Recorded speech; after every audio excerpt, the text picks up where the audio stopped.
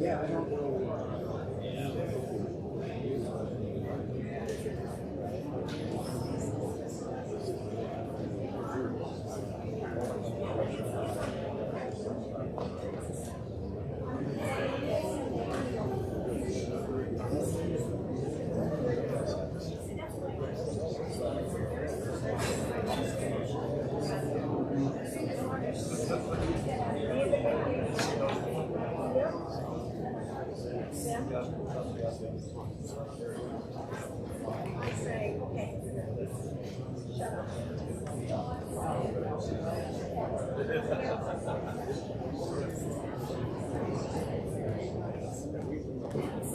Seriously, call the town hall meeting.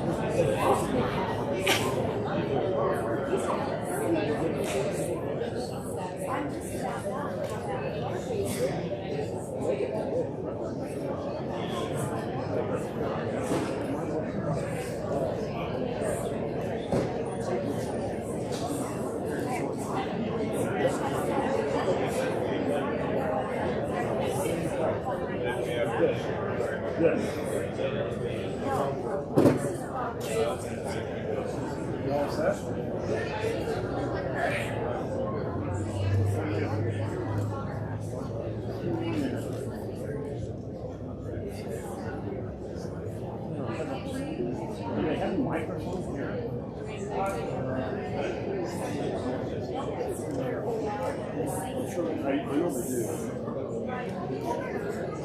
Not.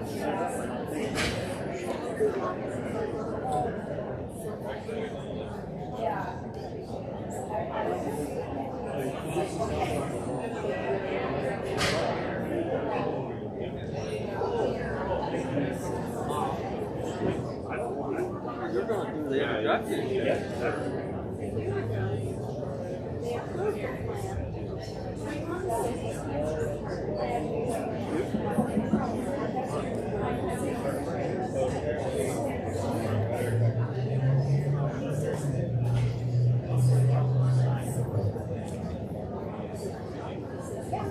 Time to go.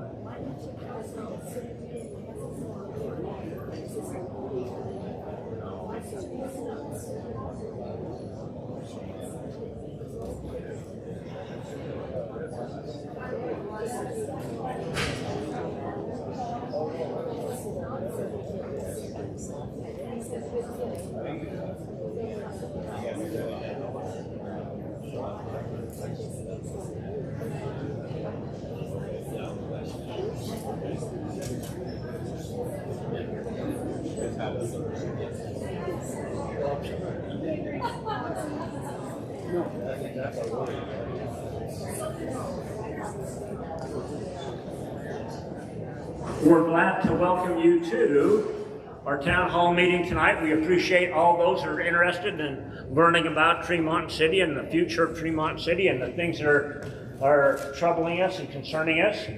We have a whole lot of questions that have been asked in the last few weeks, and tonight is not a interaction between you guys and the speakers. This is a time for you to learn and listen, and after that is done, then everybody, Sean and Paul and the police chief, and they will be at these tables over here. Then you can go ask their specific questions and get the answers that you want, or at least you will get the accurate answers, okay? So that is how the plan goes. There's no question back and forth here. It is just a presentation, and then the questions, if you have questions, you can get them answered after this part of the meeting is over. So first of all, Steve Carlson from the school district will talk to us. It's your turn. Then Sean Warnke will make a presentation. Paul Colsham will then talk about sewer and water in his presentation. Okay? Here, Steve. Well, thank you. Thank you for having us. We're, always happy to come and share information that we have. And first of all, I am Steve Carlson, the superintendent. This is my 5th year here. That's my 21st year as a superintendent. I've been in 2 other districts in the state prior to coming here. And I have with me tonight on the far end is Rod Cook. He's our business administrator. And next to him is Corey Thompson. He's our facilities director. And right here is Kerry Greener. She is our assistant superintendent over the elementary schools. And so we have them here tonight. I'm going to take the first portion, then Kerry's going to end up, and Rod and Corey here to make sure I don't say something incorrect, so we can correct anything if we need to. What we have in front of us is what we call our October 1 count. And each year the state of Utah requires school districts to do a very official October 1 count. And we actually get audited by an independent auditing firm to see that we did it correctly. They do random samplings throughout the state, or excuse me, throughout the district, and they find out if we have actually the number of kids in our schools that our records say that we do. And so based on that, we get a certain amount of money. Each allotment of money for each student is called a weighted pupil unit. We refer to it real simply as the WPU. And then there's add-ons for special education. There's add-ons for CTE. There's other add-ons. And so this is the original count. And then throughout the rest of the year, there's a thing called average daily membership. And that's if these kids on October 1 were here, then they're members of our school district, and then there's also average daily attendance. And so all of those factor in a little bit on how much money we receive from the state of Utah to help us educate the students that are in Box Elder School District. And so this October 1 count is extremely important. Every year when we start school, our numbers, I think this year, as you can see right down here, green will show up on green, my pointer's green, right there, that's our final number on October 1. But when we started the year, we had numbers up in the 12,500 or 600 because there's so many kids that moved in, but there's always kids that moved out. And generally kids that move out leave and they don't request their transcripts or their records until school starts. And so we have a short amount of time in there, from the end of August until the 1st of October to make sure that we have our numbers correct. And so every year we look at this really, really hard. Now, you may or may not know, I suspect you do know, the pandemic really caused a lot of grief. We had our homeschool numbers went from averaging about 300 students to over 500 that year that we had masks last year. We also had kids leave our school district and go to online schools. We actually created an online school all the way from kindergarten to the 12th grade the summer previous to the year that we had masks. That was, we're in 21, 22, so that was, what was that? Was that 1920? Or 2021, thank you. Okay, and we had roughly 1,000 kids in our online schools for that year. So, just a quick little rundown. When I came here, like I said, this is my 5th year. But when I came here, we had a bubble, and we still have a bubble. But when I came here, this bubble right here of 1,000 students in the 9th grade, 1,065, and 1,003 was, they were 5th, 6th, 7th graders. And we had that bubble right there back then. And at that time, we had almost a perfect bell-shaped curve. Because at that time, our kindergarten numbers, that's K, that's kindergarten, were almost exactly the same as our 12th grade numbers were. But as I've been here, this U-shaped bell curve actually has kind of moved along, and it stayed in that bell curve shape on this end, but it slowly moved that way. And so with our current numbers, we actually are in much the same situation that we've been for the last 5, 6, 7 years. And until this particular year, we had not grown a student for 3 or 4 years. And it's kind of interesting when you look at the districts around us. We compete with districts around us for teachers. And one of the things that they look at when they come out of college, or if they're deciding to move in from out of state to be a teacher, of course they look at salaries. And one of the things that hurt Box Elder for a number of years is the fact that we had been stale in growth. And so school districts like Cache Valley and Weaver specifically are our 2 big competitors. They'd always had a certain amount of growth. And each year you get enough growth that you get a lot more students, but you don't have to get teachers for all those students. So they were able every year to give maybe 1 or 2% higher salaries than we were, which left us, $4,000, $5,000, $6,000, $7,000 salary shorter than other districts. It's been 3 years ago, Rod, they had the equalization. The state came in and realized this was happening across the state. Places like Park City were outrageously rich because of their tax base, because not all of the money that we pay teachers comes from the state. The majority of it does, but some of it does come from the local property taxes. And so we had to make sure that with this equalization, it brought us up. And so this year, we're actually pretty excited to actually have a few more kids than we've had, because as you can see, it's a hard thing to digest, but last year with our online school, we had 11,850, and we had 12,000 this year, but we felt like we needed to go back to 2019 October 1 count to be just a little bit more realistic, because last year was that anomaly that left us with not really true numbers, because a lot of people, and just so you know that, Utah is what's called a parent right state.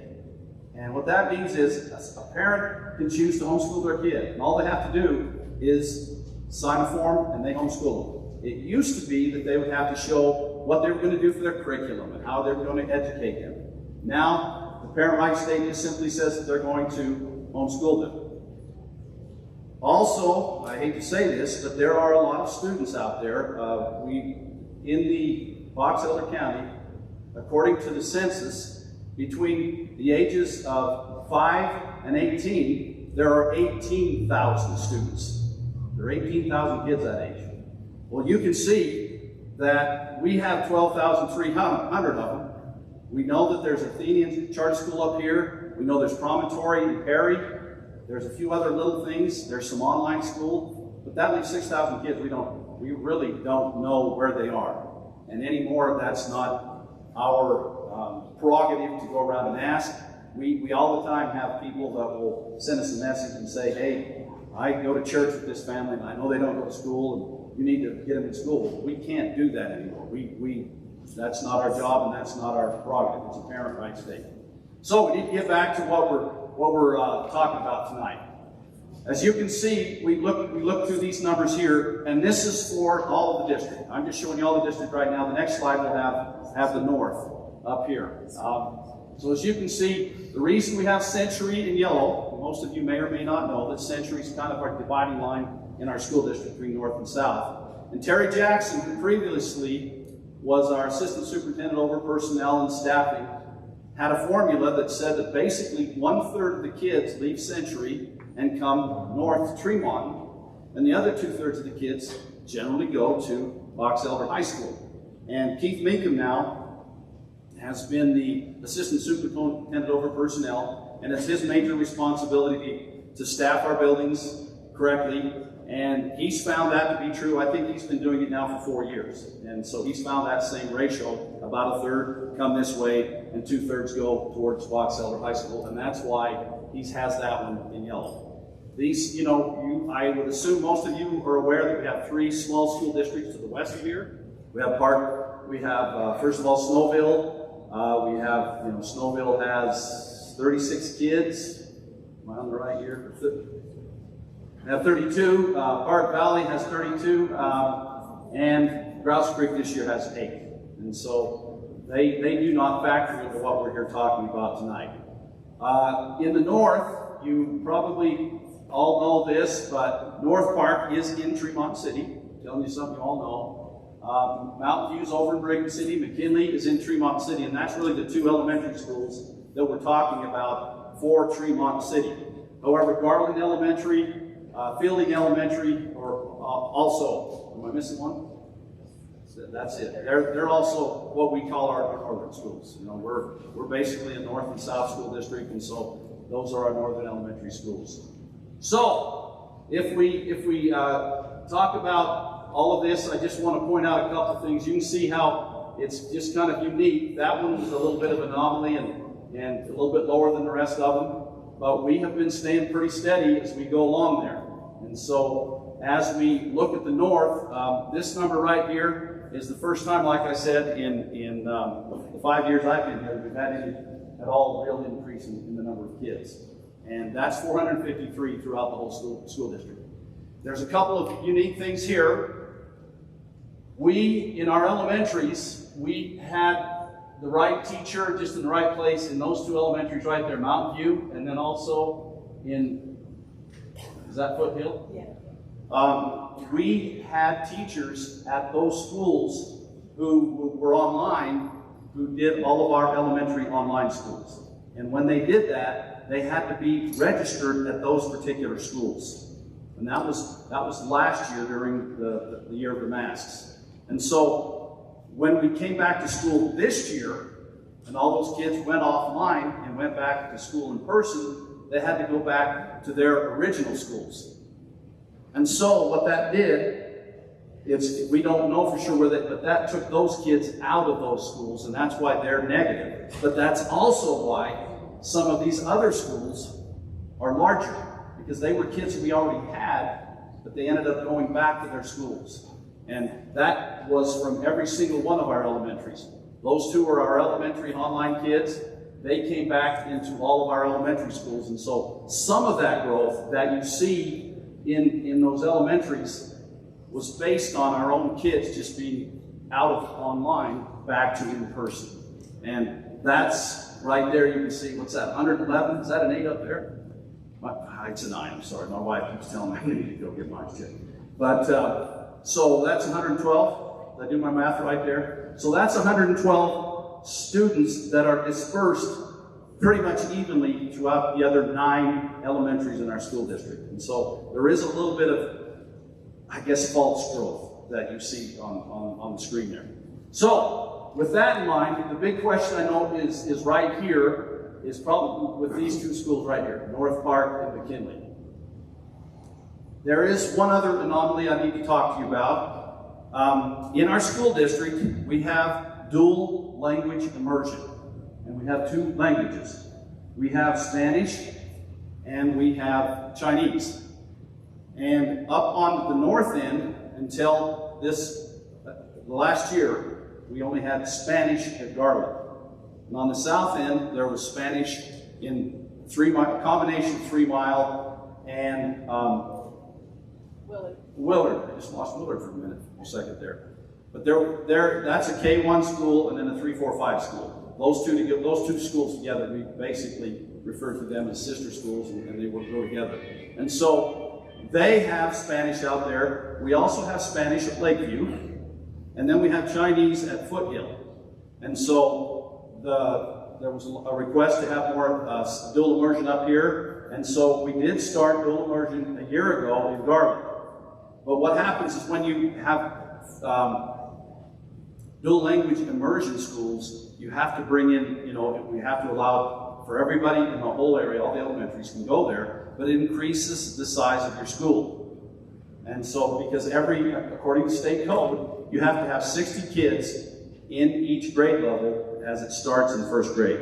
And they require that because they're aware that as the students move along from first grade to second grade to third, each year there's going to be some attrition due to people moving out, people maybe deciding to give dual language immersion is not something they want to do. And so they've done research, and they know if you start 60 in 2 different classes, that by the time they get to the 9th grade is where dual language immersion basically ends, because that's where you take an accelerated pupil course called AP Chinese, and that's where you can take a test and actually get, pass and get college credit and really basically say that you have really been good at the language. So that's why we've done that. And what we did is we started at Garland, but then it occurred to us that we needed to not have it at Garland, and we put it at North Park. And here's the reason we put it at North Park. North Park is in a situation where on the north end, it's probably, we feel like, the oldest school. And it's the school that's probably going to be replaced the soonest of all schools. We have in our school district a 5-year plan, a 10-year plan, and a 20-year plan for our facilities. And Corey's here because that's one of the things that he oversees along with Rod, and they work this out. And we have a committee of 3 or 4 board members that meet regularly on this long-term, we call it the long-term capital outlay. And what we do there is decide, okay, we know that up on this end that our oldest school is North Park. Did I just run out of battery? Test. Our old school's North Park, and so we have a plan to replace North Park in a few years. Now, many of you people here are aware that how many years ago? 12 years ago? 13 years ago? There was a bond election, and that was to help replace and remodel the two high schools, both Bear River High School and Box Elder High School. That bond was for $72 million, $70 million, and in the summer of 2029, that bond is going to be paid up. Well, basically, there's two ways to build schools.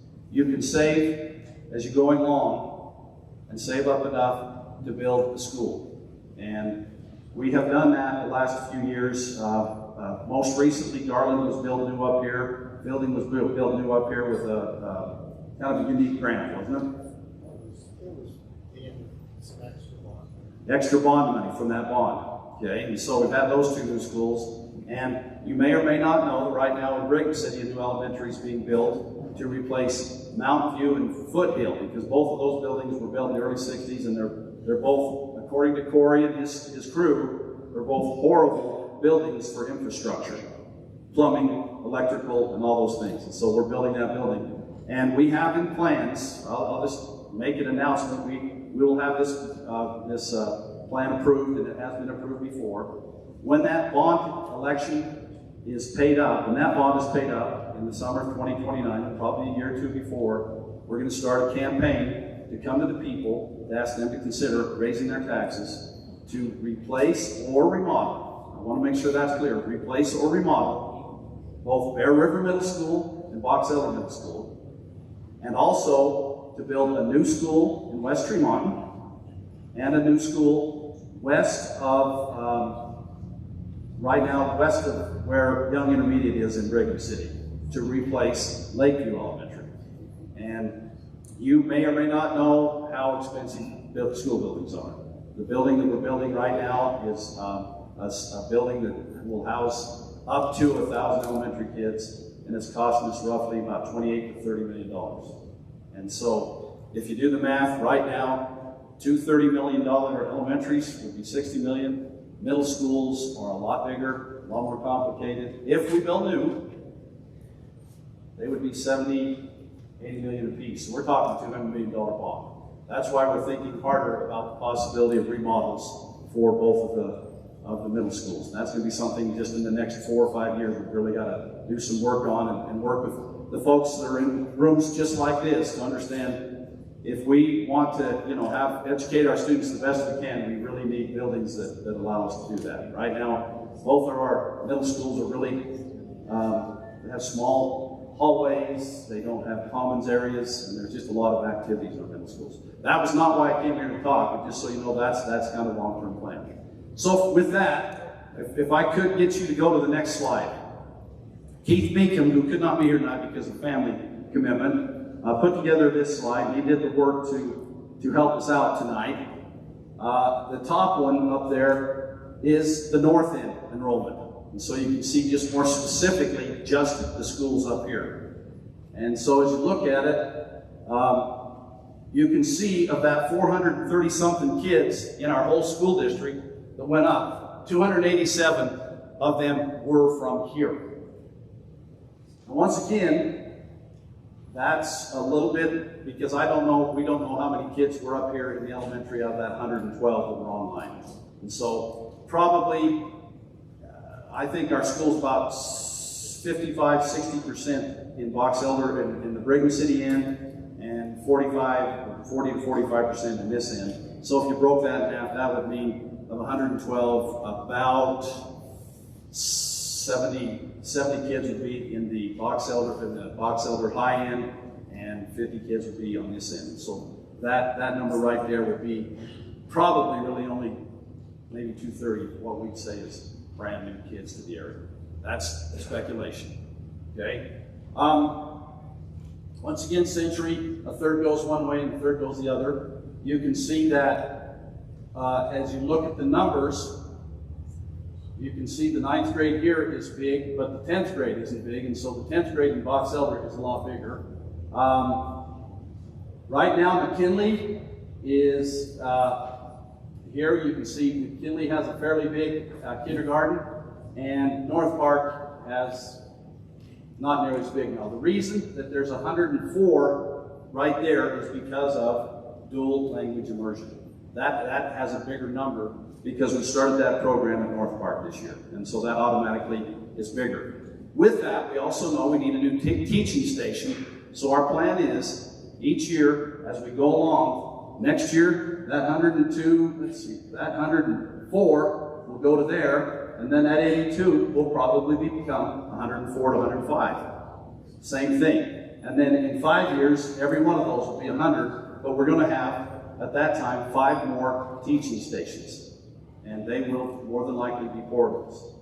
And Corey, every year, is scrambling. He's working with teachers. He works with Keith Minkham. He's working with Rod. We're talking. And just so you know, we have our portables generally built on site. And they're 1 classroom portables.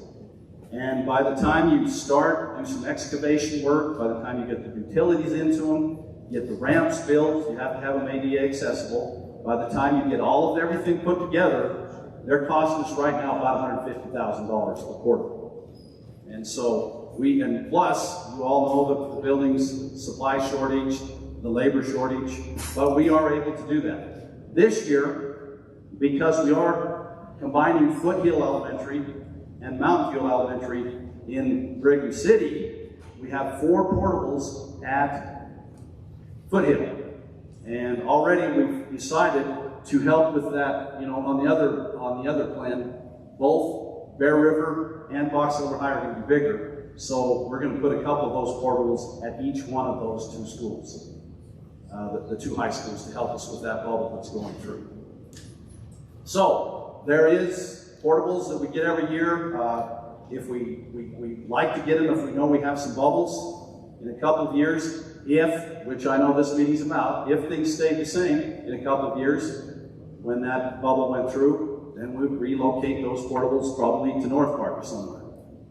And that's the big crystal ball question.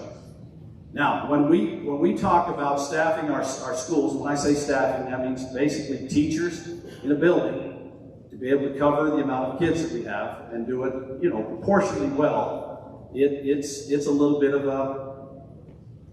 a crystal ball, you know, act.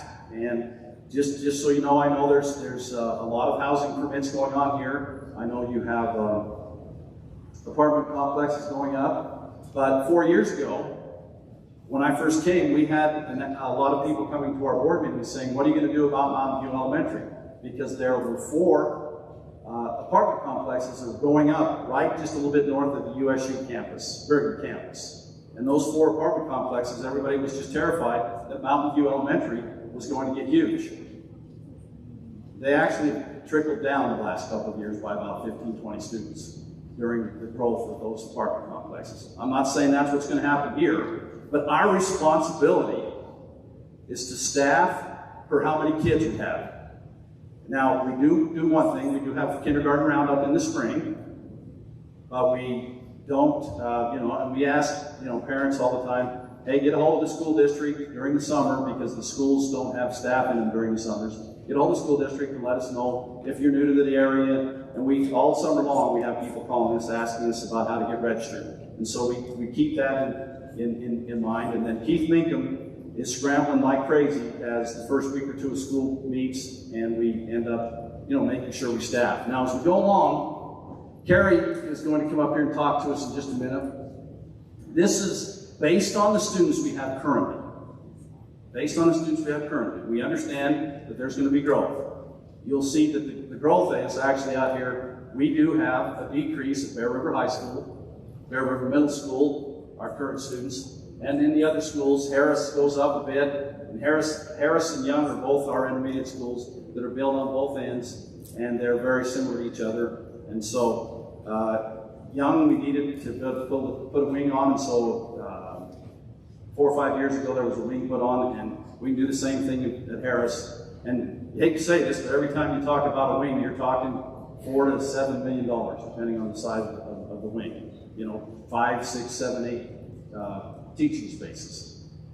Okay. trying to think what other things are important to know. But you guys, you guys can all look at the numbers. You can see what's happened here with the numbers in the last 6 years. The reason for that is because we did do rebounding up here. Garland at the time was pushing 800 students, and we just felt at the time filling was like almost at 60% capacity. And so we did rebounding up here, and that's why that one jumped really up higher, and that's why Garland dropped down there. Bear River Middle School is part of that 9th grade where they have that bubble. And so next year they should go down a little bit with the students that we currently have in our school district. And so that leaves us right there. And so what I'm going to do is, I think one of the big questions right now is about our middle schools. And so Kerry is our elementary supervisor, and she is also what's called, in the state you have to have what's called a Title I director. And Title I is a program, it's a federal program, that if you have a certain percentage of lower socioeconomic status students, you can get what's called Title I status, and they give you extra money. It's basically based on free and reduced lunch numbers. And so the more free and reduced lunch numbers we have, the more money we can get. And we don't have enough money that all schools can be Title I status. So we have 4 right now? 5. We have 5. And the 2 on this end are McKinley and North Park. And then on the other end, we have Mountain View, Foothill, and Lakeview. Mountain View, Lakeview, and Discovery. Okay. They actually, each year, Kerry has to do the math, and the ones that are just a bit higher, when they slip in and out sometimes. And we actually like to have our schools be Title I schools because we get extra money to help with training, to help with paraprofessionals, to help with a lot of those things. And interestingly enough, our highest Title I school currently is Mountain View Elementary in Brigham City, and they are also right there, kind of neck and neck with Garland and 3 Mile as our highest scoring schools in our literacy scores. And so when you talk about Title I being lower socioeconomic, it does not mean that students cannot learn at high levels. And that's ultimately what our mission is, to help students learn at high levels. And so Kerry works with Keith every year, and they determine how many students are in each classroom at each grade level. And so Kerry, as we'll have you, I guess, slide that down a little bit. Could you do that and give us, I think it's going to go into the next page. Yes, right there. Just a little bit more down. Right, the other way. I always get that back. Yeah, that's perfect. Okay? And so we're going to allow Kerry to talk about these numbers and what they all mean, because it's important you know how many classes are in each grade level and how we try to staff those. Okay? So Kerry, if you wouldn't mind, I'll let you take over this thing. Do you want this too as well? No? Okay. Hello, I'm happy to be here and kind of walk you through what these numbers mean. When we staff, and like you mentioned, I work with Keith Meekum, who's our personnel director, to make sure we have the right amount of staffing. Typically, elementary is staffed at 25-1. But as you probably all know, it doesn't always divide out evenly to be 25-1 in those classrooms. And in kindergarten and 1st grade, we really try to keep those numbers to 20 to 21, we try to really keep them there. As they move up to 2nd and 3rd, we try to keep those classes at 23, and then by 3rd, 4th, and 5th, they're at 25, and sometimes they're to 30, just depending on if there's a group of kids that happen to be coming through that's a bubble. So when we look at this, we're just going to start up here at the 1st. I guess I do need your pointer, sorry. You were right. Okay, so we'll start with McKinley. So here's kindergarten, and you can see that the average class size is 20.4. That's how many kindergarten students right now are in each of our kindergarten sessions at McKinley, which is great. That's where we would wish all of our kindergarten classes. So there's basically 5 sections. I know it's hard because they're halves. Yeah, that just means you have 5 sections because they have an all-day kindergarten, and then they have 2 teachers that teach an AM and a PM class. But each of those classes, their average class size is 20.4. And then we have our 1st grade there. You can see there's 92, and we have 23 teachers there. Or sorry, 23 students is the average class size for 1st grade. And the same with 2nd grade right there. 3rd grade we have a little bit more, 23.5. This is, you can see at both schools, McKinley and at North Park. And if you remember, it's hard to look back and remember on Steve's slide that he showed, but he showed that group of kids across the district. I don't know, but that's just a bubble that's going to go through the whole district-wide, is our fourth grade population right now. It's just a larger number than any of our other elementary sizes right now. And then we have fifth grade, which is kind of interesting. At North Park, they only have 63, and they have the 3 teachers, that's 21 students right now. Versus here they have 80, so McKinley does have more fifth grade students at 26.6. So having looked at, let's drop down here to North Park. Again, we have 82, and then they have again about the same class size as McKinley at 20.5. Right here, this is 20.8, and that's because of the DLI. DLI is going, right now we do not have 60 in the North Park program. There are 53 DLI students right now that are in those 2 sessions. And so they take out the 2 teachers, and then the other, what's 53 from 104, 50-ish kids are divided between the other 2. So those other 2 classes are at 25-ish as well, and that because of the dual immersion program. This will continue, like the superintendent explained, that number will just continue to grow as the DLI program grows at North Park. First grade's at 91, which gives them at 22.7.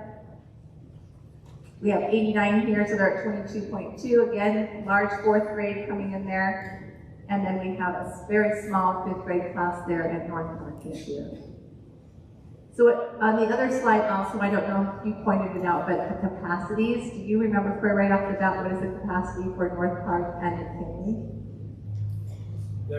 You talking percentage? Yes, right here it talks about the building utilization, and it lets us know. And in June, those schools that are 90% or higher are deemed by the school board as closed to out-of-boundary students, so that we don't continue to increase on their neighborhood school with out-of-bound kids when they're at 90% or higher. So when you look at the building utilization for our schools right here, you can see Century's at 94, so they are considered a closed school to out-of-boundaries. You see Garland is, you see McKinley's at 95, and North Park's at 90. So the schools really on the north end are really closed, and for some families that are trying to go to change boundaries for babysitting issues is usually why a parent wants to. You can see that that becomes a problem because we are really trying to help preserve the space that they have. So if they have future enrollment within their boundaries, that they have space, adequate space for them.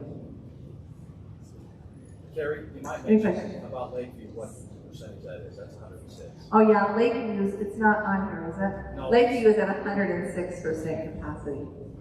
And that's handled by portables. That's all with portables. How many portables are there? 5? Yeah, 6. 6 portables are at Lakeview Elementary. And they're part, the reason they get to that many is because, again, they have the DLI program that's been in that school since 2014. And as you have that, it brings a great opportunity, but it brings enrollment because that will continue to grow. And I think Superintendent's kind of addressed our long-term plan to be able to support that growth at North Park with the DLI program, until we can get to the point that we can either remodel, add on, or build a new school that helps with that. But there will always be a portable to help support that growth as we move forward and trying to make sure we have the teaching staff we need, that there's a place for the kids to be. That will always be the end goal.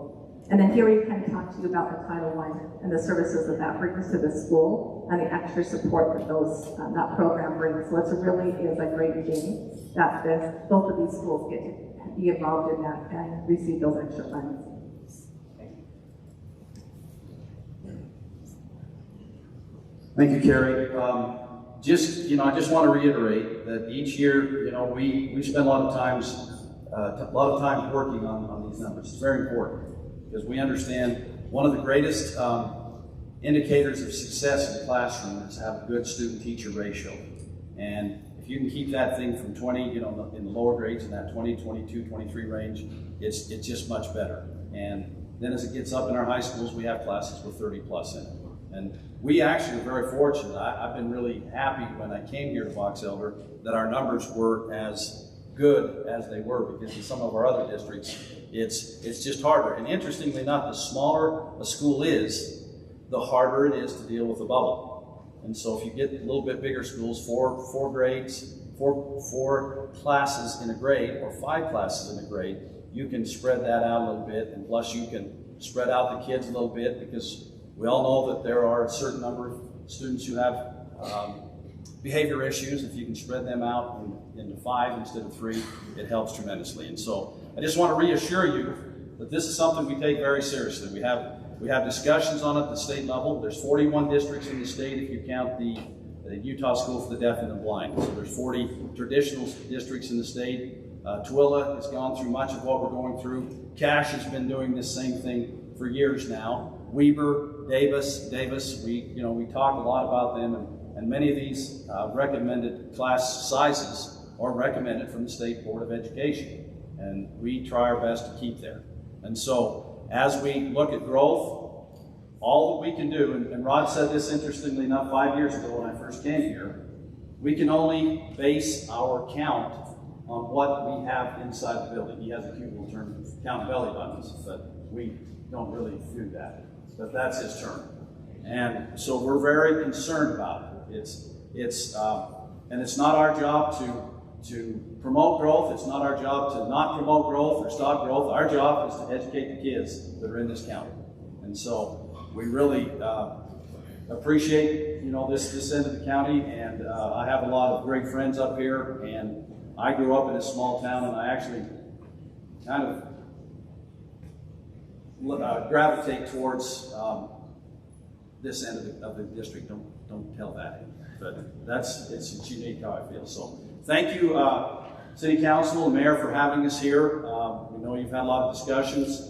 We do have a board meeting next week. We have another meeting tomorrow night, so we're going to excuse ourselves. So thank you very much for having us, and I'll turn it back over. Are you the CEO of this thing? I moved the mic around. Okay. Thank you. Thank you. Thank you.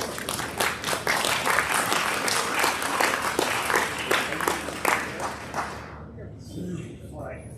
John Warnke.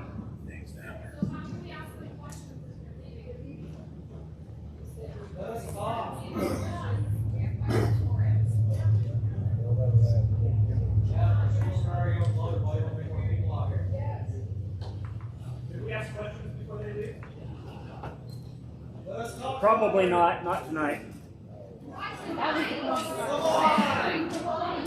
Sure. Well, thank you for being here. Can you hear me okay? Okay. Yes, you can. So let me start with giving you an overview of the planning process, and let me.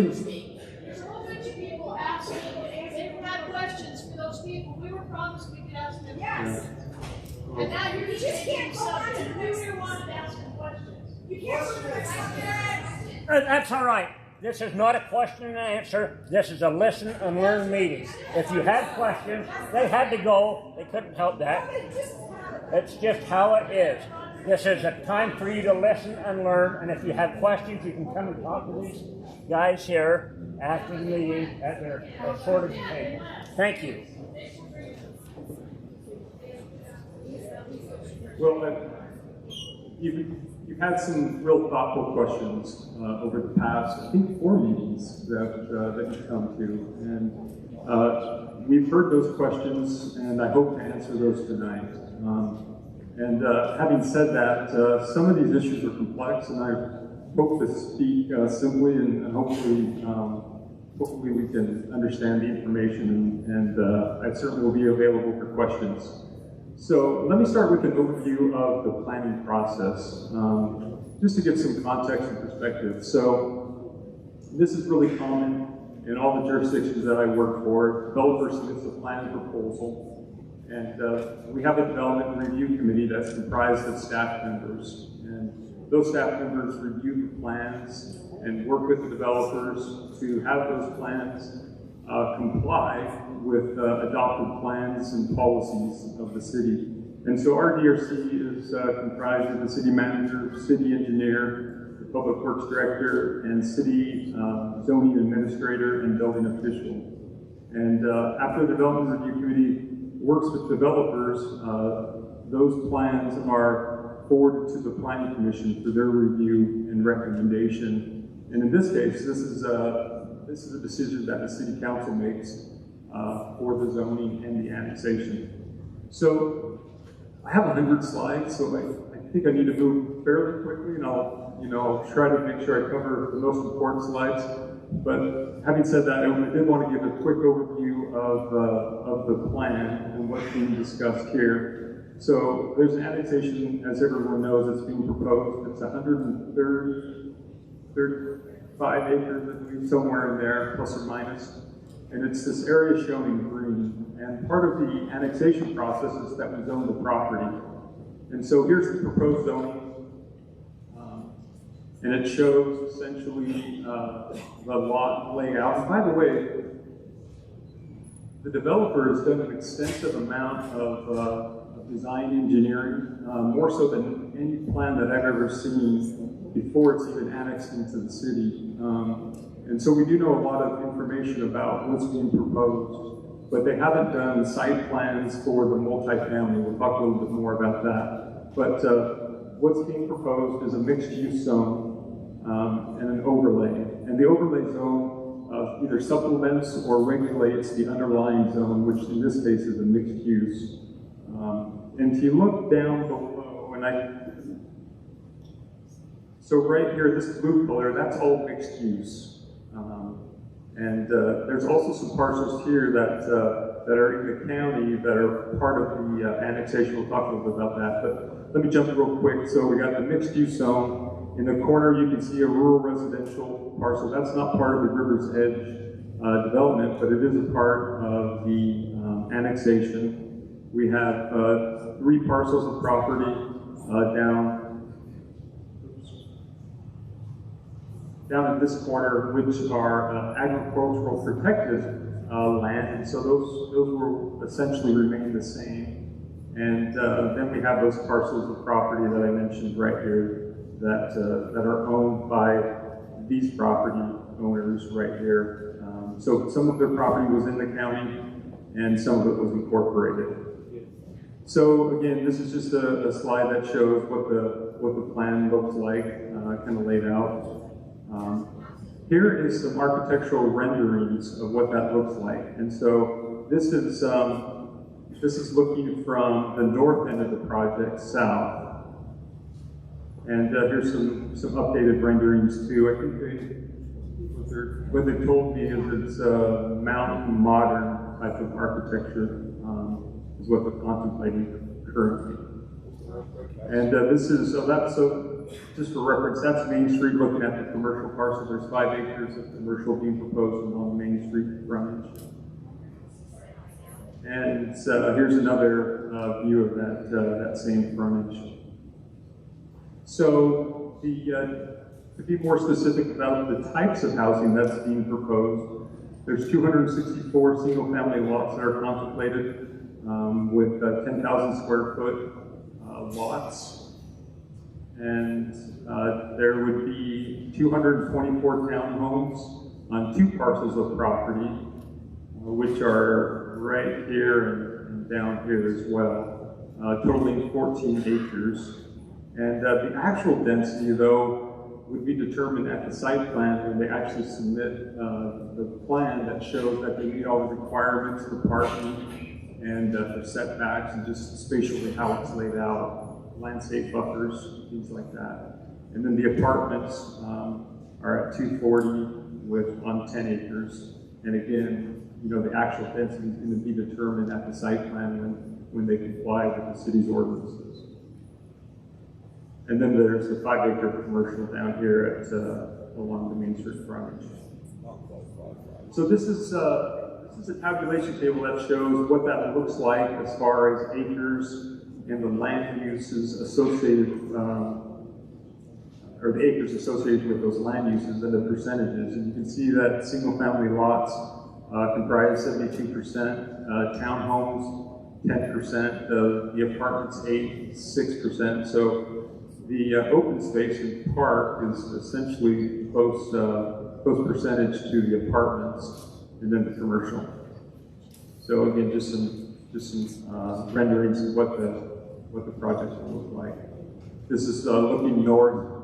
This is on the north end, looking to the east. and again at the north end, looking more to the south. So here's the phasing. So phase 1 is this slender parcel right here. That's currently within the city's incorporated limits. Phase 2 and 3, they're going to move and do some townhomes in this area right here, and the apartments would be towards the end of their project. I think it's phase 7, if I can see it correctly. So this is a question that's been asked, which is essentially how is new development financed? And so it's the city's general policy to the fullest extent possible by law to have new development pay for itself. There's several mechanisms and tools which we can do that, which include impact fees, exactions, and fees. And so let me talk first about impact fees. Impact fees are authorized by the state code, and essentially they're collected for what's called system improvements. So they build essentially infrastructure that is needed on a more of a regional scale. And you can see the current impact fees that we have.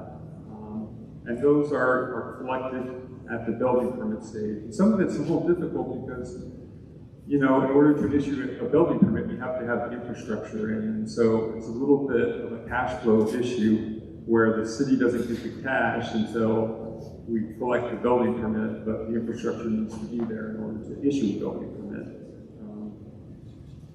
The exaction, essentially, this is codified in the state code, but essentially what this means is that the city can, as a condition of issuing a building or a development permit, subdivision permit, we can essentially require the developer to make improvements that are roughly proportionate to the impact of their development on the city for providing services.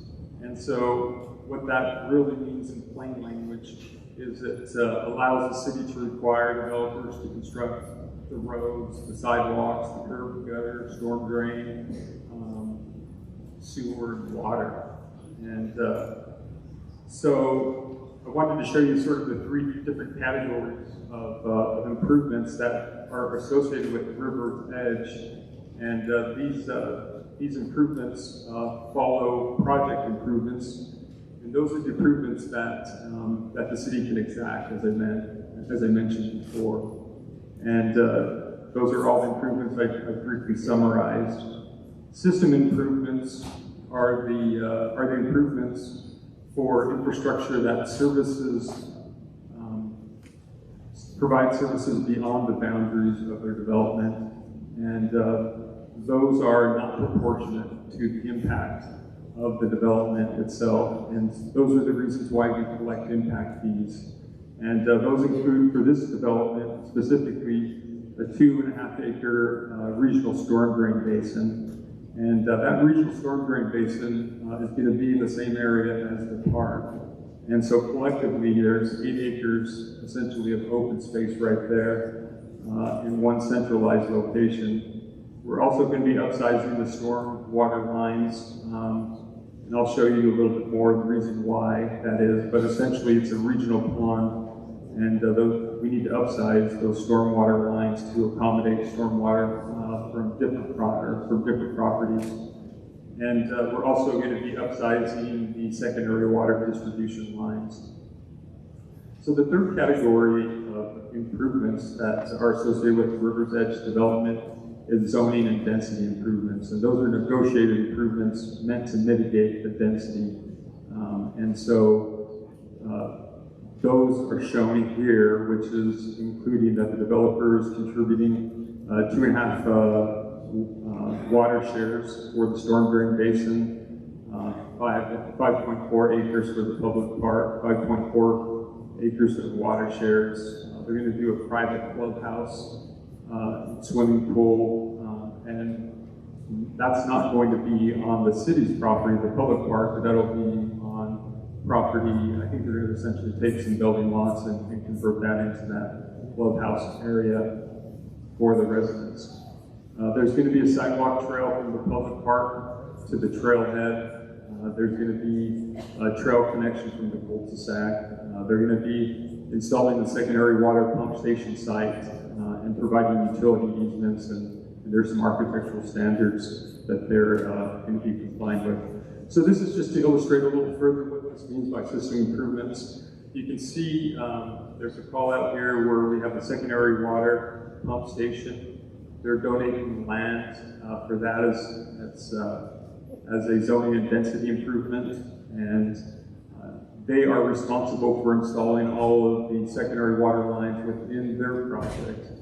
But we're going to be, since that pump station is sized to provide secondary water for a much greater area, and so that blue line just illustrates the fact that the city will upsize, or the developer, I should say, will upsize the secondary water lines that they'll be putting in, but it's going to be servicing development on the south side of Main Street. It's going to be servicing development to the west side for the existing Homegrown estates. And you can also see, for example, the upsize of the storm drain for the property to the east.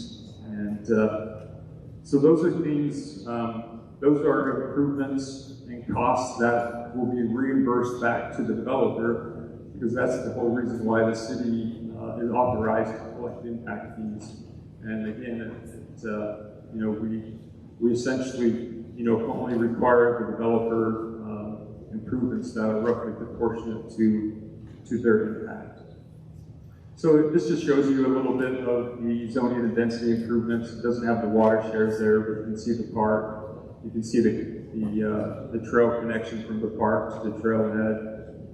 You can see the storm drain, the secondary water pump station. So this is a question that's been asked as well about police and fire protection and how that's handled. And let me just start by summarizing some of the current staffing levels and changes that we've made to public safety. The police department, as you probably know, has combined forces with Garland City to provide police protection under one unified police force, and it's worked wonderfully. Both cities, I believe, have benefited greatly from this arrangement. It's been an effective way to lower costs and increase levels of services. In 2020, the city added an additional police officer, and Garland did the same in 2021. As you know, the city recently went through a change where we have now full-time staffing for our fire department, and those are 3-person crews working a 24/7 shift. So the city will need to continue to monitor public safety, as we move forward with growth. And as it relates to the impacts of growth on police and fire, the city did a study a short time ago where we essentially, the objective, I should say, was to essentially make sure that businesses that had a larger impact on public safety paid their fair share.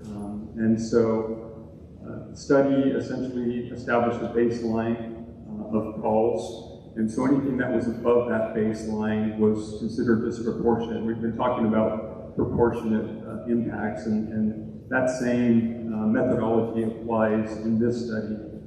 So we looked at residential base calls for police and fire, and you can see what those were over a year period of time. It's actually 2 years, but it was averaged.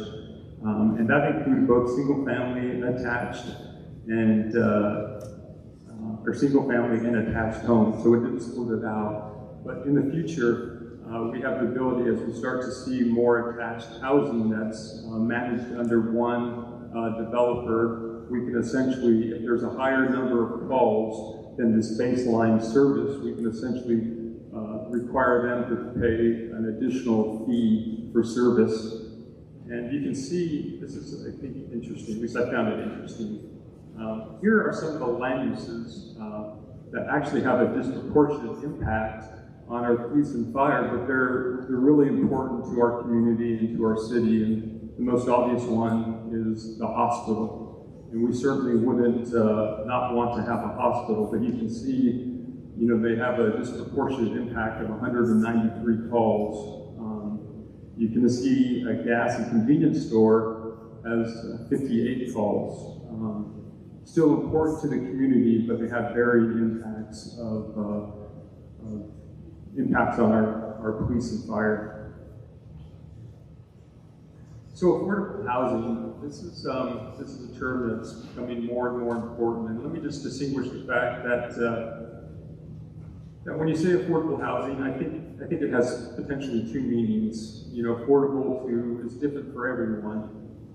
And so certainly someone's idea of what affordable housing is might be different based upon income. And so there's just that general term of affordable housing, but there's also in the state code a term that relates to affordable housing that the city has an obligation to provide statutorily. And I'm going to be talking about that and what that really means.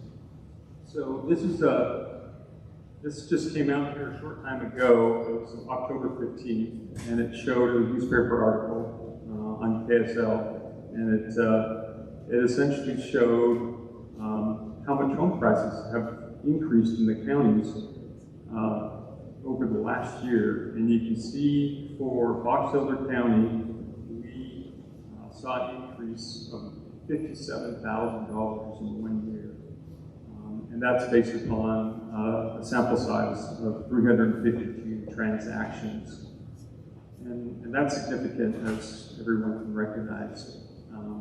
So talking about what affordable housing means according to the state code is it essentially looks at the area median income. It's called an AMI. And so for Box Elder County, our area median income for a family of 4 is $74,000. And so in order for it to be affordable, or as it relates to providing affordable housing, it's targeted for people who make 80% of that $74,000 and below. And you can see the table, it shows essentially the household size, and it does fluctuate based upon the household size. It shows the annual income. And then just to put it into perspective as far as what their annual income is and what should be spent on housing expenses, and this is all inclusive, this is utilities, taxes, is typically, I've heard 30%, but I think because the margins get tighter under an affordable housing, and you know, they've talked about 38% as being what they see some of these low to moderate income people pushing. And you can see that it doesn't equate to a whole lot. So the state legislature has mandated through the state code and made a determination that municipalities shall facilitate a reasonable opportunity for the variety of housing including moderate income housing.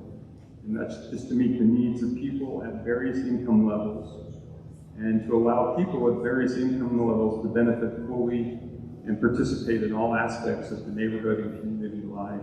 And what that means for the city is that the city, in the state code, has strategies that the city has to essentially adopt and work towards. And I'm going to show those to you here in a moment. But before I do, I just wanted to address one issue, and that is that the city's never practiced exclusionary zoning, where essentially, and that term means essentially you zone people, you essentially zone out people based upon their income. And you know, you can do that by varying lot sizes, essentially make it unaffordable to people. And of course, we know that that's against the state law, as I just mentioned and walked through. But I'll also say that you know, I've heard the term, and I say this respectfully, I've heard the term in some of the public comments of people being riffraff. And I just want you to know that the city does not believe that the housing type defines a person, nor their income. And so, you know, it's important for the city, you know, to provide these opportunities for all the people, you know, who work here or who desire to live here to have opportunities to be housed. And a lot of the experts are saying that what's missing in this affordable housing equation is what is termed the missing middle. And you can see on this spectrum here, the illustration, it shows single family detached, and then it goes essentially to a mid-rise, which I don't ever see, you know, being in a place like Tremont. But there's all this different housing variety and different housing types that you know, can be built and be constructed. One of the new subdivisions that we have is the Visionary Homes development. They call it a life cycle development, where they have essentially, the concept is you could essentially spend your whole life within that neighborhood and move from different housing products. They have the townhomes, you know, which lend themselves to a first-time home buyer. They have single-family detached housing, so you can essentially move up to a house as your family starts to grow and develop. And I think they have some additional smaller, a little bit larger lot sizes. And then they have a 55-year-old community as well. And so for me, I think it's wonderful that there's different housing choices and options, you know, for people. And we're starting to see that come to Box Elder County. So I wanted to play a video clip from KSL. I think they forced us to watch an ad. So it'll start here momentarily.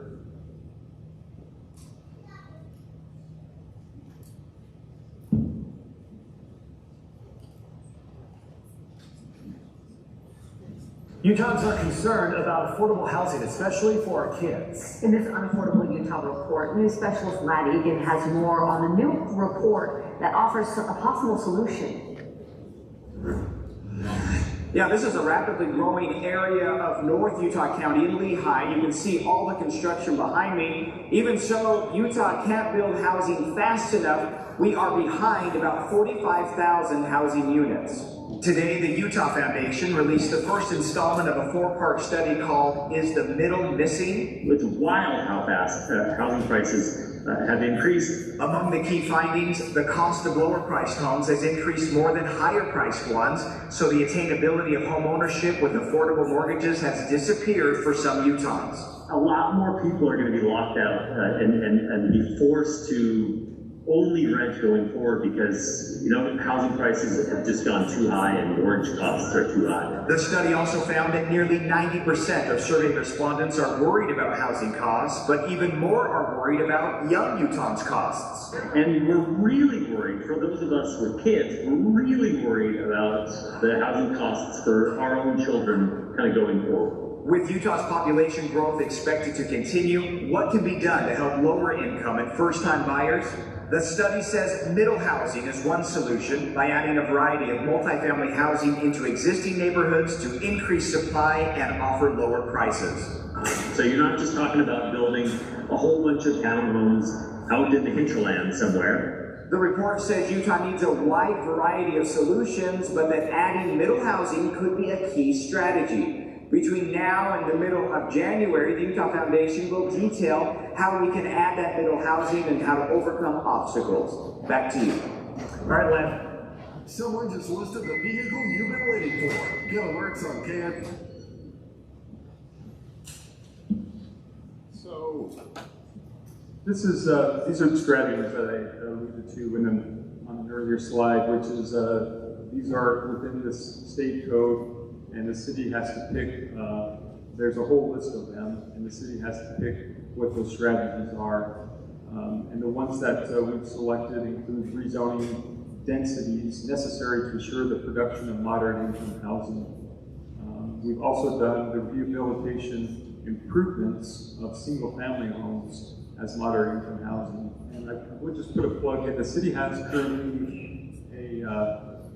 some restricted funds that are earmarked for affordable housing, and they came from the West Liberty Foods RDA. So and I won't dive too far into this, but essentially there was a time when the city was able to collect property tax for that project, all of the property tax. And a portion of that property tax was earmarked for affordable housing. And so if you remember from the slide that I showed earlier, those who are at 80% AMI that live in a single family home, if you have the need for improvements, we have a grant that essentially will fund some of those improvements.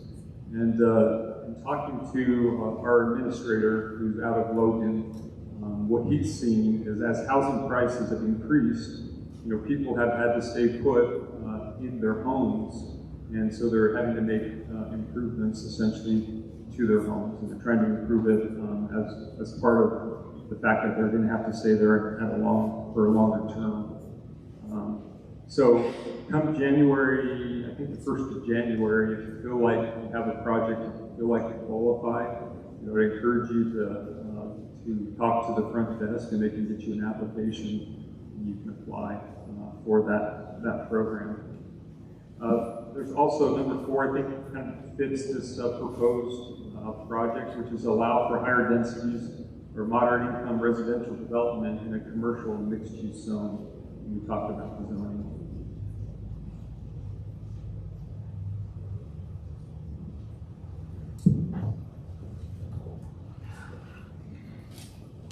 I've been asked to talk about our water or wastewater.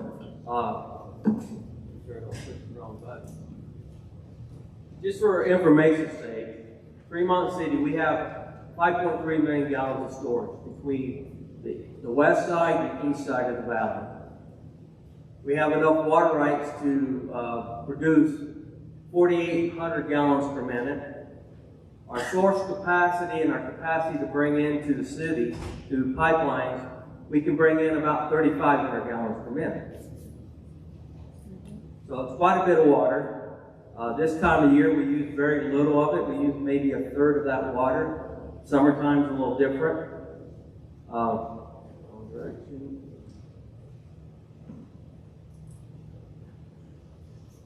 We've been asked, question's been, are we running out of water? Do we have enough water? Well, looking back a few years ago, Tremont City, well over 20 years ago, started looking to the future. As I came on about 21 years ago, we were looking towards secondary. We did a secondary study. We even started a little bit of a secondary system on the west side of the freeway with the plans to expand it and feed the whole city. Well, the study showed that it was going to cost us roughly $7 million to put secondary throughout the city. And this would have been in 2004. So the city council kind of backed away from that and thought maybe we could do some other things. So over the years, we've invested in a new well, or purchased a well that showed to have a great yield, but the yield that was great was in the spring. Come find out it's in a confined aquifer that the geologists, no one knew, and it's just basically a bucket of water. And once you draw that bucket of water empty, it replenishes itself by about 200 gallons a minute, which is a drop in a bucket compared to what we need. The well, when it was drilled, pulling out that bucket, could produce 2,300 gallons a minute, a big difference. But all the study in the world never showed that. We invested in it, come find out it wasn't the source that we needed, wouldn't do what we needed to do. So city looked at other places. Finally, we went back to the drawing boards and looked back at our canal system. We have 3 main canals that run through Tremont City. So we always know there's water in those canals. That's where we proceeded on to produce and start up our secondary water system. With secondary water, at the point we are right now, we would only need about 1.5 million gallons of storage to meet the state demands. And that's what they require us to have. And then we have another, we generally aren't required to have 500,000 gallons of storage, but we try to, just in case of emergencies for fire or whatever. We always have extra water. And we'd only need to be able to produce 2,000 gallons a minute. So we have excess water as long as we start and continue on the course of secondary water.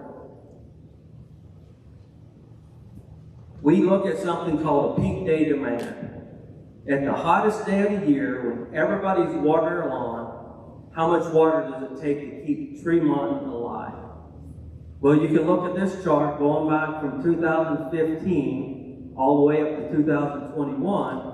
This shows what our peak day demand is. These peaks always happen around the 24th of July.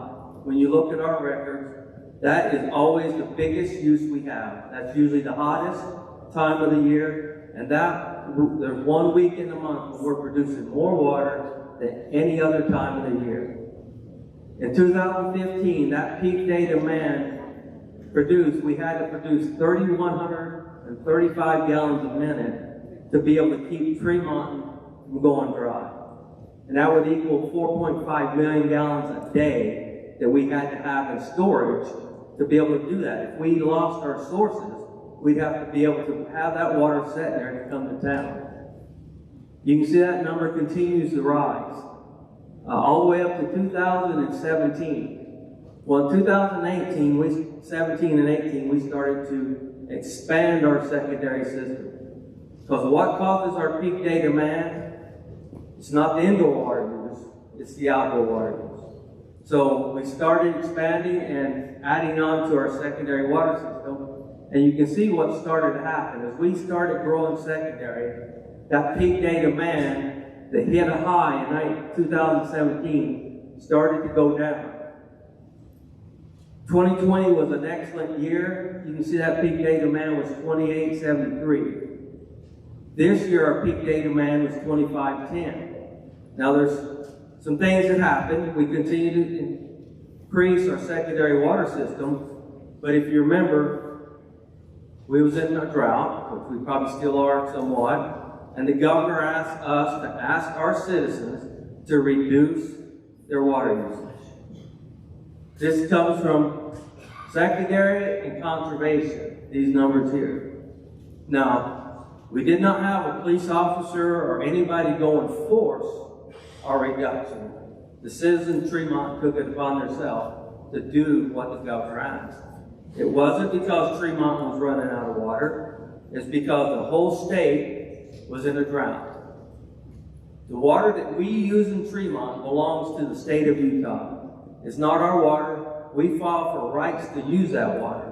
And being that the governor is the head of the state, generally when he asks to do something to us, we try to comply. Because what happens is, if you are found not putting your water to beneficial use, or in other words, wasting your water, the state actually can come and cut back your water rights. No matter how long you've had them in use. If you're not putting them to beneficial use, they can cut them back. But like I said, the citizens of Tremont are who made this happen. I'll show you percentage-wise in another slide. This shows what I call the lowest day demand, which usually occurs in February. The holidays, sometimes we use a little more water because sometimes we have visitors that come and they stay during holidays. But February is usually the month that we have the lowest demand in the city. And that's going to be all related to internal water usage. Internal water usage, plus we have a lot of industry that takes a lot of water. That gives us jobs, tax dollars, and such. But you can see February, these are water, true water usage usually is based on what people's using inside. So if you can take that outdoor water usage off, then our true water usage would be more of a year-round number like this here. This is the percent that we usually produce for the outdoor usage. You can see this year we only produced about 53% of our water went on outdoor use. The rest is all internal. Okay, as we know, our water capacity is constrained during our outdoor warm months of the year. Our city, we're continuing to expand our secondary water system. If you live on the north side of town, you probably feel the pain, because to make it happen, we have to dig up roads, even dig up park strips, equipment in yards, equipment out front. This year is another one of those years. You all probably know it. We couldn't get all the parts we needed. We bid the project out. Rups won the project, and then we found out we couldn't get the pipe we needed. And then the brass fittings were on shortage. And I don't know if they're sitting on a boat out in the ocean. We don't know. They were just having a hard time getting those products. So it drug the project out a little longer than what we want, and it didn't get complete yet. But it will be completed in the spring and early summer next year.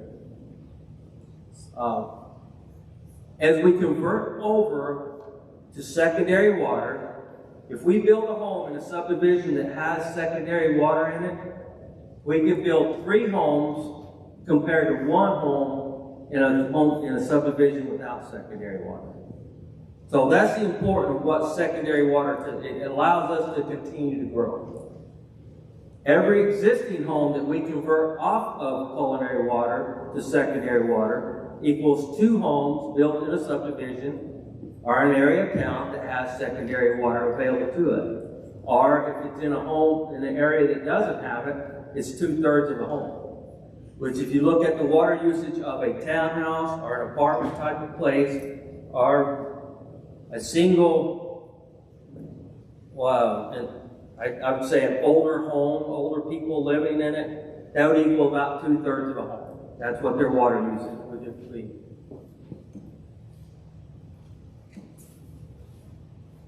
Okay, this is what we currently have in Tremont. We currently serve 3,524 residential units. And some of those are apartment, some of them are single-family residences, some of them are townhomes, but we serve 3,524 as of the end of November, or well, that was actually October's numbers, units. We have 204 commercial units, and those commercial units range from a mom and pop business on Main Street to Post Cereal out on the west side of town, northwest side. From industry to commercial, we have 204 units that we serve in the commercial. So we have a total of 3,728 users or customers of Tremont City Water. That doesn't count individuals. That's residences, homes, businesses. And we have 2 of those users that in the wintertime use anywhere from 30 to 35% of our water. And in the summertime, 15 to 20% of our water goes to those couple of industries. They're great companies to have in town. They bring tax dollars to our town. They bring a job. But because they are food related, they take a lot of water to meet the FDA standards for production and for clean to get the job done. Go back to some of the history. In 2013, Sean talked about impact fees. Impact fees have to be updated every 6 to 10 years. You have to be able to spend that money you collect within 6 to 10 years. So you have to do a new capital facility plan and impact fee study. In the 2013 Culinary Water Capital Facility Plan, because we looked out to the future, it was determined that to meet the 50-year growth cycle that we've seen at the time, we would need to spend $30.5 million of 2013 dollars, not today's dollars, but to bring our water system up along as growth was occurring in Tremont. That meant more source development. Source development is our wells, our springs, where we get the water from. Storage reservoirs constructed. We talked about having 5.3 million gallons of storage. Well, if we continue to grow on the culinary side, we have to grow more water storage to meet the demand of people, need new firefighting requirements. All that has to take place if we developed it on the culinary. And then we have to bring bigger lines across the valley to get the water over here. You know, the water line is only so big, you can only get so much water through it. If you start trying to bring more, you have to upsize it, bring a bigger line in. Well, in 2017, when we did our secondary study, what we learned is that we would be spending approximately $17 million to do what it would take $17 million in 2017 funds to accomplish what would take $30.5 million in the culinary side of things. One thing is we wouldn't have to build storage reservoirs because we're utilizing the canals to bring the water up. So we're building new water lines for the secondary and new pump stations, and then we would be acquiring water shares to be able to provide that water. And that would be equal to our source development, because that would then become our new sources. So that's why the city council elected to go with secondary water, because it made sense. The water was there, it's less expensive to develop. You don't have to meet any EPA standards when you're developing that water, or any state standards as far as for water quality, because that water is not to drink, it's just to go on our lawns and our gardens. Okay, Tremont's secondary water system, just to give you an overview of what it entails, we have 13 different service areas there. Currently, we have built out service area 1 to the extent that it is now until further growth comes. Same way with service area 2. Service area 1 is on the west side of the freeway, serves up into the hills into Spring Acres. Service area 2 feeds Jenny Stevens Park, Alice C. Harris School, those big green open areas, and basically Archibald Estates, Harris Subdivision, those over there in that general core area. And that has been built out until further growth. Service area 3 is the one we finished up in 2020, and it's our largest, because the majority of this property is already developed out. That would be, if you know the subdivisions, Sandalwood Acres, Chavez Estates, Heritage Estates, the Park Meadows area. That's all this right here.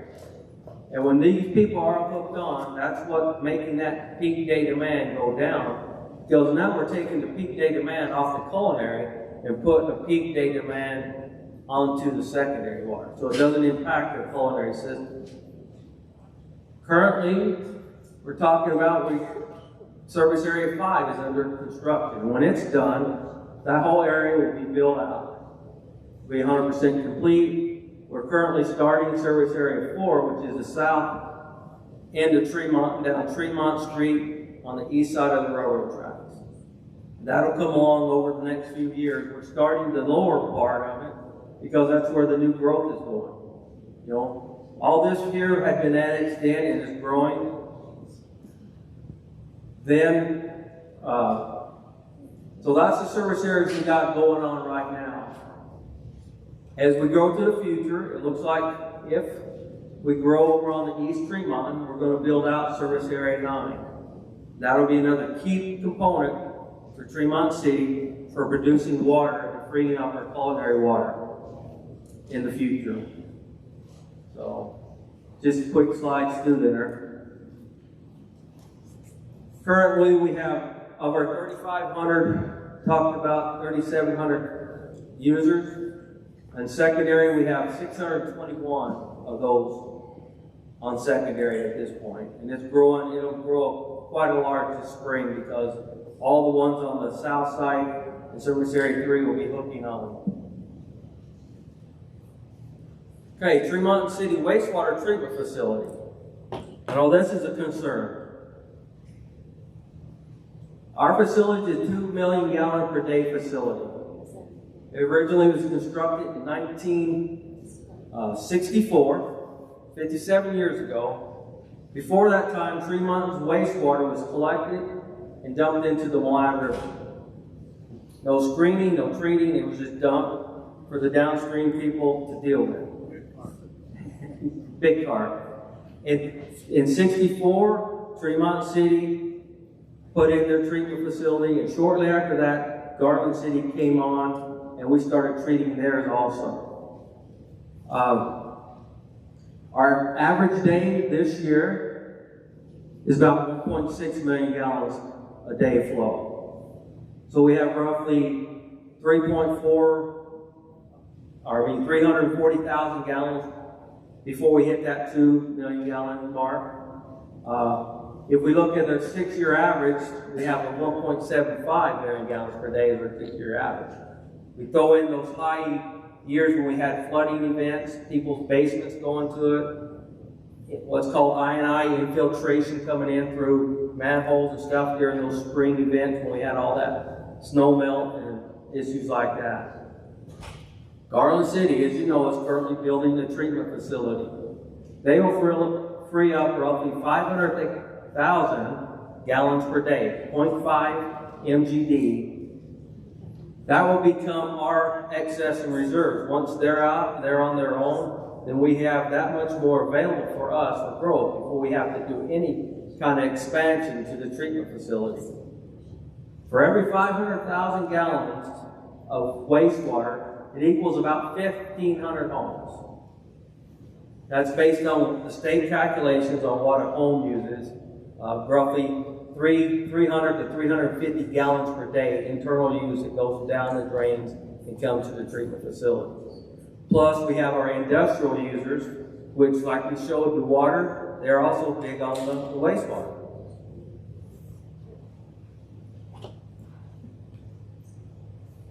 We have currently 3,335 residential users and 255 commercial units that are on the sewer. Not everybody within the corporate limits are on the city sewer. There's still some that are on septic systems from years ago that haven't been required to hook on. We could by law, but usually people come to us when they start having septic system failures if they aren't currently hooked to the city sewer system. And like I said, 2 of those users are quite big users on our wastewater facility. But they paid their impact fees and bought into the system when they came to town.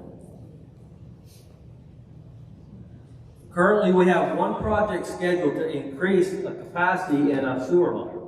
And that's a sewer line that actually feeds the west side or the east side of town, basically from the river to Crossroads. It's currently a 10-inch line. It's a concrete line put in the early 1970s. That line is scheduled to be replaced. It would have been replaced 2 years ago, but when the state redid their road, they made us do a 2-year moratorium on not cutting their road. And that line will be increased to handle any growth on the east side of Tremont, and it'll just be replaced with a 12-inch PVC line. PVC, you can get more sewer flow through it than you can concrete because of the friction you have inside of a concrete pipe versus a PVC, so it doesn't have to be any more larger than a 12-inch line.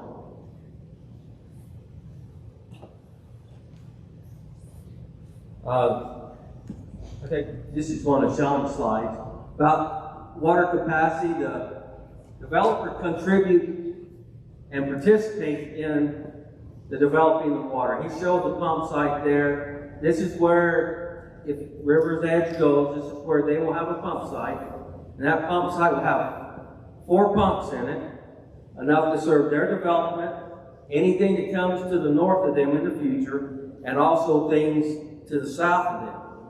The city participates in the upsizing of those things, so we can bring secondary water to Garfield Estates, to Frito Heights, and anything else that comes on the south side of the road and along Main Street there on the east side of Tremont. That says about all of it there.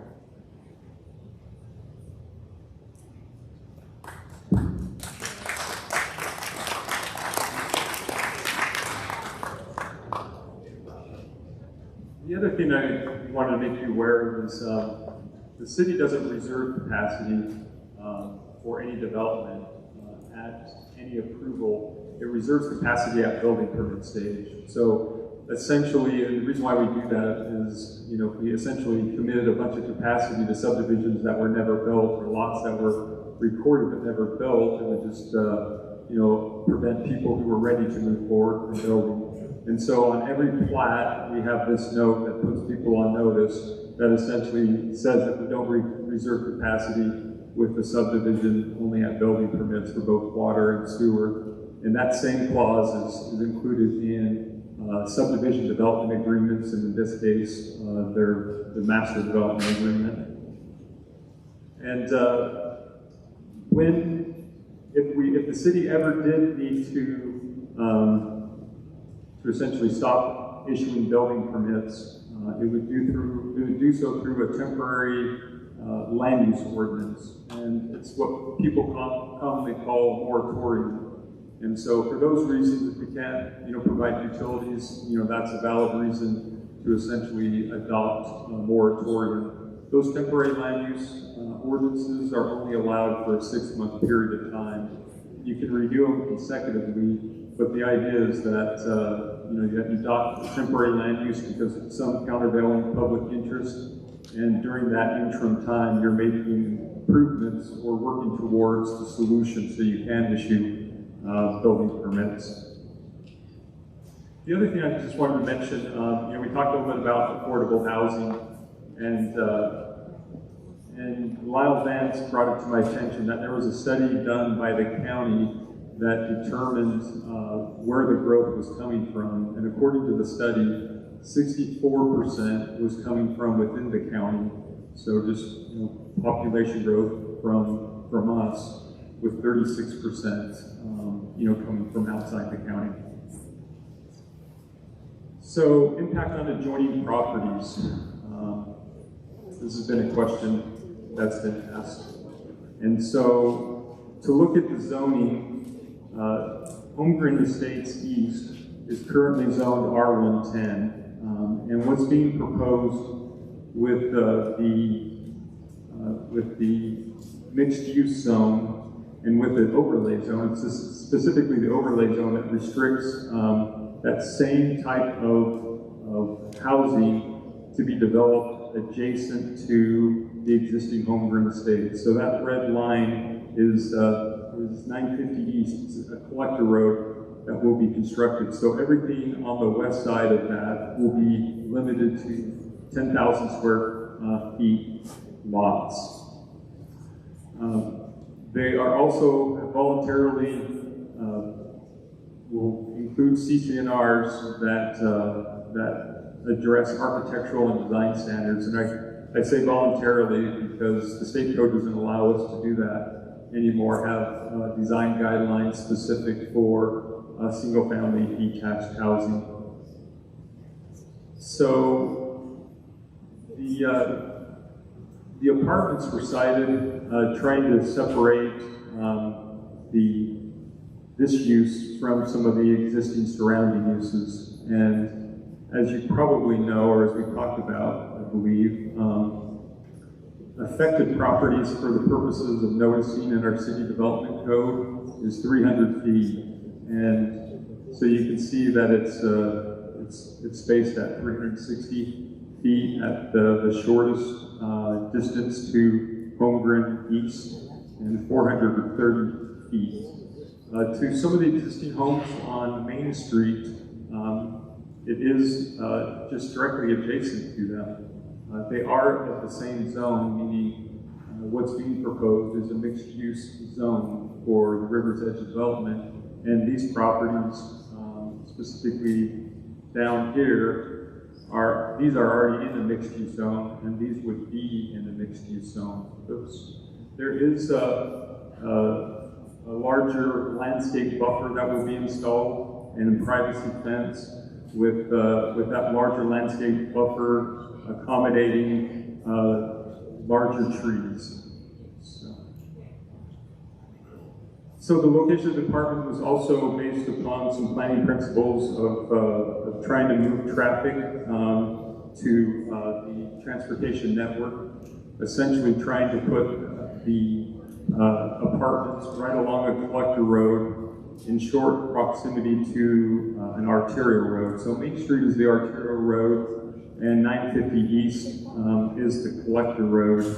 And there's also secondary access called 1150 East, and that's shown right here. And we're just trying to put it in a place where people could move quickly to the arterial road.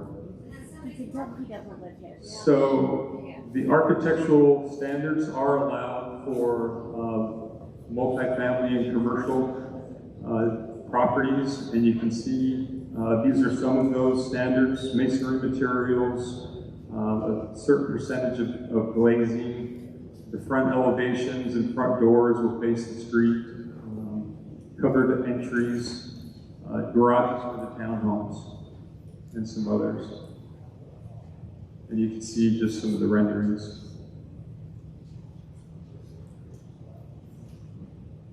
The other thing I wanted to mention is the Planning Commission reviewed the land uses and zoning. These existing homes and properties here I mentioned, these properties are owned by the same, from north to south, it's the same property owners who own these properties. And so they were in the county and used their property for some small-scale agricultural uses such as bees, horses, things like that. Those will be grandfathered in under the zoning. As it relates to the agricultural protection area, this isn't required by our code, but the developer will construct a fence around any lot that is directly adjacent to an agricultural protection area. So the Haas ditch, I believe it's called the Haas ditch, has also been discussed. I think preliminarily the plans are that they will pipe that ditch. I think more importantly, we want you to know that our development code requires the developer to obtain from the individuals who take water from the ditch, along with the city engineer, an approved plan regarding design and construction, size and piping of pipes, and those improvements will be constructed according to the plan. So agriculture was also discussed as a concern, and this is a snapshot that shows all the agricultural protected lands within the Bear River Valley. And all that is shown with the different green shading. And as you zoom in to Tremont City, you can see some of these lands a little closer. And so the state code does allow for agricultural protection, and it is, I think one of the big benefits is it essentially provides an absolute defense in civil actions for any nuisance complaints involving agricultural that's done according to industry standards. And so with that, the city and developers are required to post a notice on the plat that lets people know who are purchasing property within the plat that they're in an agricultural protection area. And you can see a blown up notice here on the first phase of River's Edge that complies with that. So responsible growth, and this is in the context of the city providing services. I mentioned to you that the DRC reviewed the plans and spent a lot of time talking about how those plans met our infrastructure plans and objectives, and those specifically include storm drain, parks, transportation, and I'm going to talk a little bit about master plan agreement. So the storm drain, talked about it briefly, but the city has a master storm drain plan that tries to create regional storm drain basins. And the idea is that instead of maintaining a lot of smaller storm drain basins, we have a consolidated storm drain basin. And as I mentioned to you before, we collect impact fees for that very purpose. And so originally, conceptually, we just showed the need for a regional storm drain basin in this location. It was originally shown here in this area right adjacent to Main Street. But as they continue to do further engineering and to try to maximize the area that could flow into that regional storm drain basin, it was moved to the more central location, which is approximately in this location. And so it will service all the area that you see in this hatched area. So the parks and open space, we have a parks plan that looks at proximity, and we essentially try to space parks so that they're within a half mile service areas. And so this park will meet that half mile spacing requirement. You can see that shown in the red as a star right here. And this is just a closer view of that park and storm drain basin and the trail that connects it to the Holmgren Nature Preserve. So transportation issues. You want to talk about this one, Paul? Can we start talking? Yeah, please. You guys just gotta listen more. This is 2 hours of a presentation. This is not a town hall meeting. The agenda says that the immigration and groups is the last question. We'll talk a little bit about streets, because that's always a big concern. How are we going to move people around? Okay. What you need to know is Main Street is owned and operated by UDOT, Utah Department of Transportation. 3rd East is maintained and operated by UDOT. 1600 East at Crossroads, that's maintained by UDOT. So we have a little bit of say and help of what UDOT can do for us, but it's all on their time schedule. It's like trying to get a new light. Everybody here remembers when we got the mine out to Maverick? We've been asking for 10 years for a light at Maverick. And it's warranted by what UDOT set their standards for. We tried to put together a map of where the locations are. We measure the locations trying to meet UDOT standard as far as road spacing, because they have special standards. You go to other cities, you see you can't get from straight out to the Main Street. They want to control the access point. So we try to put together points on the map to work with UDOT. If you look along, this is all along Main Street where we try and say these would be places for roads to be to meet the UDOT spacing. This in here is 1150 East. That's going to be a key one. But all of these are put together to meet UDOT spacings. We will be asking for light at 950 East, which is the main one going into that subdivision. But it's important along Main Street. But those are all on UDOT's time frame. So it could be 20 years? We don't know. It's all on UDOT's time frame. Until we get the light, right? We try to build our roads to make moving in and out of the conducive with the traffic pattern. But we can't control what UDOT does on their roads. So we should wait till UDOT does it. Can I answer back? How many roads have you seen UDOT build previous to having a little bit of an issue? They don't. They wait until it's warranted and needed, and then they build and replace and upsize. But we work ours out so we have it ahead of schedule.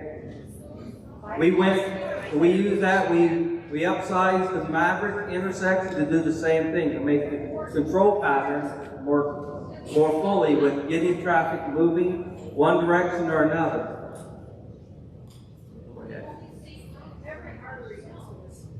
We try to utilize funds to help us produce and find those corridors so that we can preserve them for the future. A lot of times we'll get a corridor and we'll buy that property and save it until it's needed in the future to help produce a road in that certain area.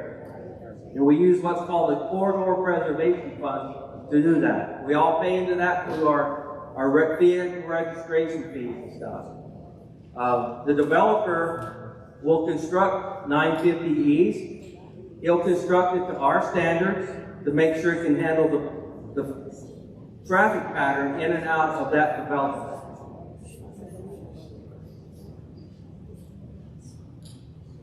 John just put this slide in here. Part of that development is made to move traffic in and out of existing development, through that development, out to 1600 East, or the state road there. So we have wider streets, wider lanes in that area to handle the flow of traffic.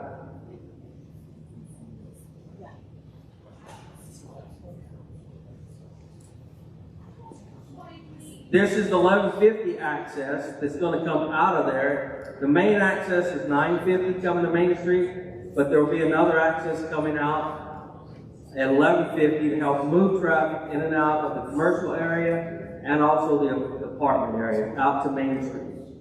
So what happens when it gets to Main Street?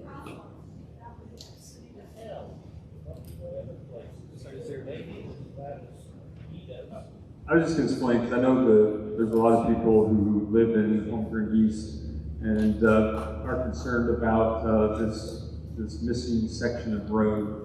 And it is property that's owned by the developer. And so as we talked about, as that property is subdivided and River's Edge, you can see, I don't know, you can see essentially right here. It's River's Edge. Essentially what will happen is as they do the first phase, that'll be completed and constructed. So lastly, I think there's two other sections. I'll move through these quickly. But essentially, the way that we formalize everything that we talked about is through a master development agreement. It's recorded with the property. It runs with the property. So if for some reason, the developer lost the property, whoever acquired the property thereafter would have the same obligations. It allows the city not only to have the ability to enforce through zoning ordinance, but through a contract, and formalizes the developer's obligations. You can see these are some master development agreements or some development agreements. You can just see that they're recorded. They show up on title reports.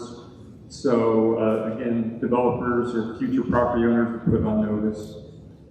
And conflicts of interest, I just wanted to address this issue because it's been a common question as well, which is essentially Utah Code requires a disclosure when there is a conflict of interest. It doesn't require the recusal of a person from voting, but it does require two forms of disclosure, a written disclosure and an oral disclosure. And so you'll see at the city council meeting, on every agenda, there's an item that says the declaration of conflicts of interest. And that is so that the council member or staff member can essentially declare any conflicts that they have. So that's all we have. Thank you, Sean. Thank you, Paul. And now it's an opportunity if you want to visit with Sean. Where are you going to be at, Sean? Sean will be right here. Paul will be right over here. And the questions will be asked individually to these people. If you have a question, Nick Nesson will be over here. You can ask police questions. We cannot hear the questions being asked because we don't know. Then move around a little bit. We don't know what this is. Then ask it when you get over to these people. Ask it. That's just how it is. The time is yours to go visit with these people if you would like. It's your choice.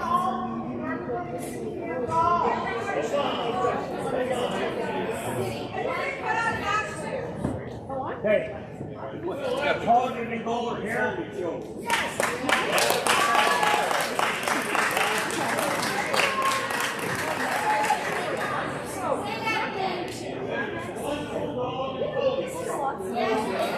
And if you'd like to visit with the county, if you'd like to visit with some of our city council, they're around here. The time is yours if you'd like to go visit.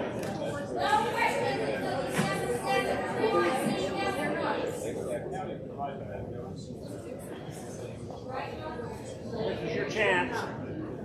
our chance. This was meant to bore us to death first and try to sway us. We need a microphone to assist us.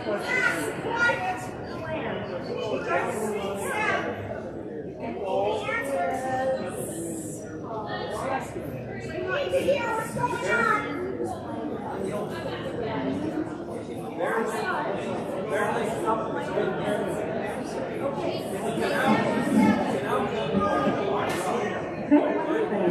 Council's already decided. Okay, so Tremont City's future land use map as River's Edge Zone F2. Happy birthday. And then this is first, you know that. You know there's a lot of questions. You weren't like you can ask I asked fire broke out. The fire. That's why you're here, is to learn. This is a learning meeting. And if you have questions, right now, I'm answering the questions. They're answering questions right now.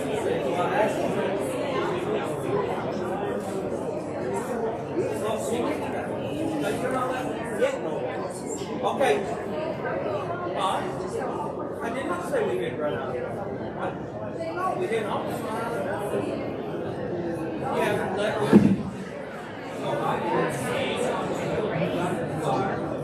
Help me understand, you went through this deal about the city's going to improve the drainage system, right? Drainage, water drain, right? The storm drain, so it's going to go through home room, new development, that's correct? The storm drain, and you're going to get $600,420. That line is going to go to $100 rate. How do you justify that?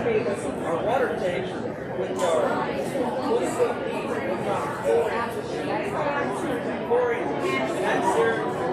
How do you justify that? I just need to understand that because I'm slow learner.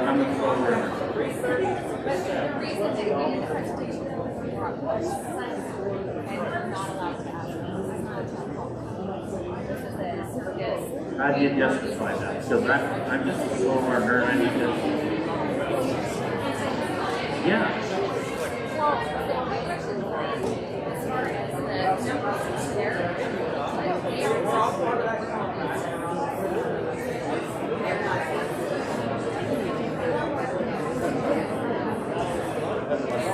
So the people that are buying that are building pay that $600,400.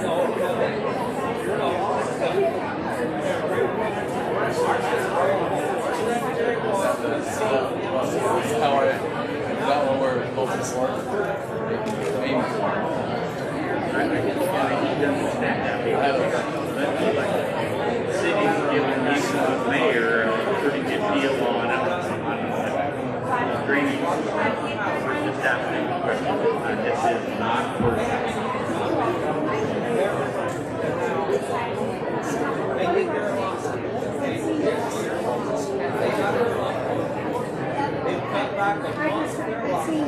No one wants to talk to you.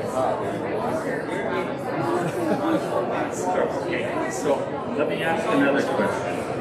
You have a building person that says will allow these building things to go in, correct? Commission, Mike Occasioner and his people, correct? Planning Commission. Because I'm sure he's run these passes. These are actual a new toilet. Unless it's just 1.6 gallons per plus. That's on a brand new toilet. Correct? That's a brand new, these are new numbers, these are correct. I'm sure he's run these passes because you allowed this to happen. It is a checklist. There's 5 flushes per day. That's a national average. That's 8 gallons per person. If there's 5 people in a family, 3 kids, a mom and a dad, or a mom and 2 people that run the family, that's 40 gallons per day. 7 days a week, that's 280 gallons. That's 280 gallons times 52 weeks a year, that's 14,000 gallons, or 14,560 gallons per family. That's 17,000 gallons, 452,000 gallons that goes into the system a year. Okay, that's going into the home deal a year. And you've had this in order to get this approved.